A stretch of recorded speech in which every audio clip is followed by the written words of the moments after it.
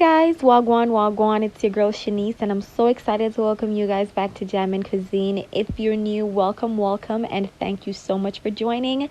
If you're not yet subscribed, please hit that button so you don't miss out on any of these amazing recipes. In this video, I will show you guys how I made this delicious baked mac and cheese with chicken in a delicious red sauce. Let's get right into the recipe. For this dish, I will be using 2 chicken breasts that I cut up into cubes, not too little because we don't want them to be overcooked. And I just went ahead and seasoned it with a teaspoon of black pepper, a pinch of salt to taste, and a teaspoon of black garlic seasoning. Any garlic seasoning will do here. I'm going to go ahead and pour just a little bit of oil to help the seasonings distribute throughout the entire chicken pieces. So let's go ahead and mix that in really well. Once we've done that, we're gonna set this to the side. So guys, you can let your chicken sit and marinate for as long as you want. Mine set for like 10 minutes. So I went ahead and added a tablespoon of olive oil. It's nice and hot. We're gonna saute a small onion for around 1.5 minutes. Now I am going to go ahead and add 3 cloves of garlic, and we're just gonna saute this together for another minute or so. And my garlic is looking like this because they were frozen, just in case you guys were wondering. Okay, so after around 1.5 minutes, I'm gonna go ahead and make like a well in my skillet, and we're gonna go ahead and add our chicken pieces. So we're gonna cook our chicken pieces 2 minutes per side. We're not gonna fully cook them right now because all this goodness we're gonna put in the oven. So 2 minutes per side. And in the meantime, you can go ahead and preheat your oven to 350 degrees Fahrenheit, which is around 175 degrees Celsius. So our chicken pieces should be looking like this after that 4 minutes. Now we're gonna go ahead and mix all this goodness together. This is smelling really good, guys. And then I'm gonna go ahead and add 2 tablespoons of tomato paste. So after adding our tomato paste, we're going to go ahead and mix that in really well.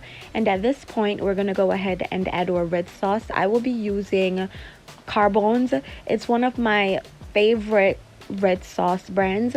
I will be using the roasted garlic, but any sauce will work, whether just tomato sauce, tomato and basil, whatever you prefer. Any red sauce will work.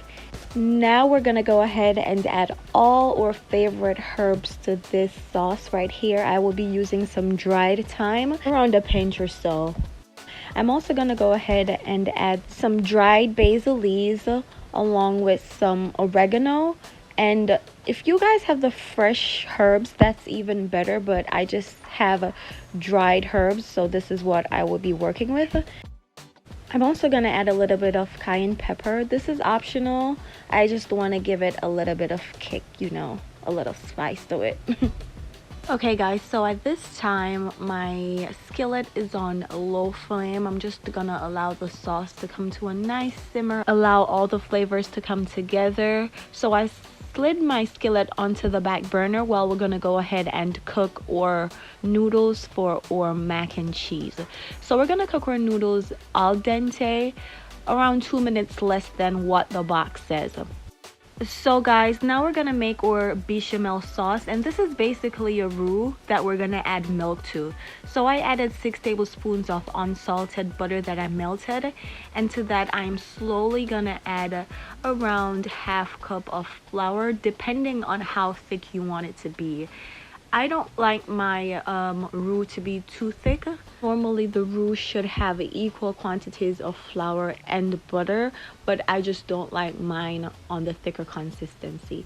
So once we've done that, we're gonna slowly add our milk, and I'm using 1.5 cups of whole milk, and we're just gonna slowly pour while whisking.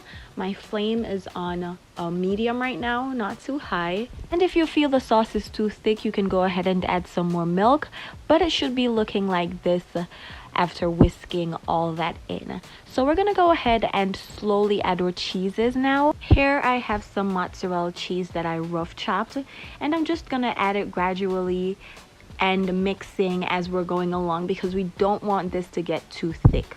once we start adding the cheeses, it is definitely gonna get a little thicker, so you just want to keep an eye and ensure that your flame is not too high.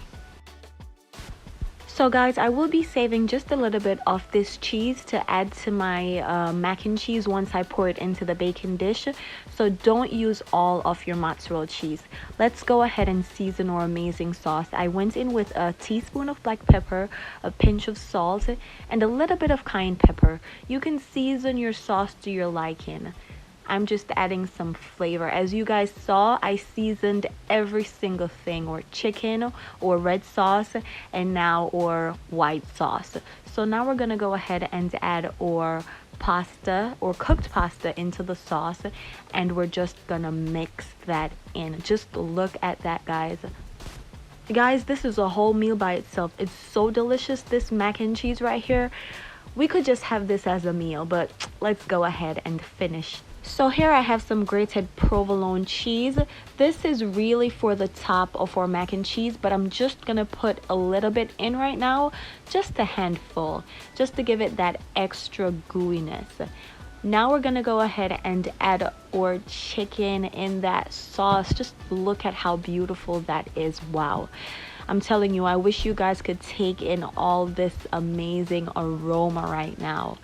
Go ahead and mix all that goodness in. Then we're gonna go ahead and pour it into our bacon dish. If you're using a bacon dish or a casserole dish, aluminum pan, whatever you guys want to use, you don't have to be fancy. So we're actually gonna go ahead and pour half of our mac and cheese first, and then we're gonna add that remaining mozzarella cheese that we saved. I also wanted to say, guys, please feel free to use whatever cheeses you have, whatever cheeses you prefer. You know, please feel free to make this recipe your very own. So now we're gonna go ahead and add our remaining mac and cheese on top. We're gonna try to spread it out as evenly as we possibly can, and then we're gonna go ahead and add our grated provolone cheese on top. At this time, I am gonna add some dried parsley on top. This is optional, you know, for extra garnish. And we're gonna pop this baby right in our preheated 350 degrees Fahrenheit oven, and we're gonna bake it for around 30 to 35 minutes, keeping an eye on it. If you see it's getting too brown, you can cover it with some aluminum foil. After that 30 to 35 minutes, we're gonna broil it for around 4 minutes on low, and then it should be looking something like this. Beautiful, right? It smells better than it looks, and it tastes better than it looks, believe me. But I hope you guys enjoy this recipe, and as usual, there will be a list of all the ingredients I use down below in the description box.